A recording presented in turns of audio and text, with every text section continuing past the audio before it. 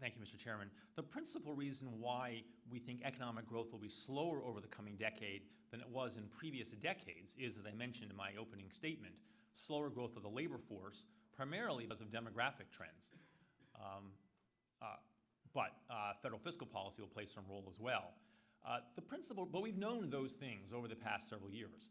And the main reasons that we've revised down our projections of economic growth in this projection and in a number of previous ones, as the chairman notes, is because the performance of the economy during the past several years has been disappointing. And we have taken some signal from the elements of disappointment over the past few years for our projections for the future.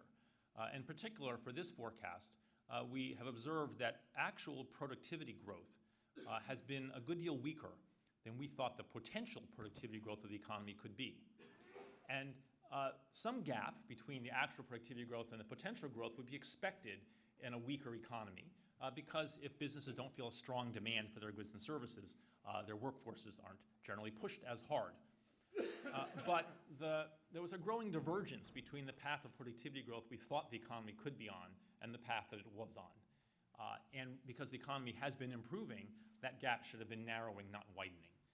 So we thought that we needed to take more a signal from the weak observed productivity growth and bring down our projection of the productivity growth, the trend productivity growth, if you will, that the economy was going back to. And the effect that has on our budget? The widening, the reduction in GDP makes the budget outcome worse, principally because with lower GDP, that brings lower incomes, which brings lower tax revenues. Also, to some extent, lower incomes mean greater spending on certain government programs.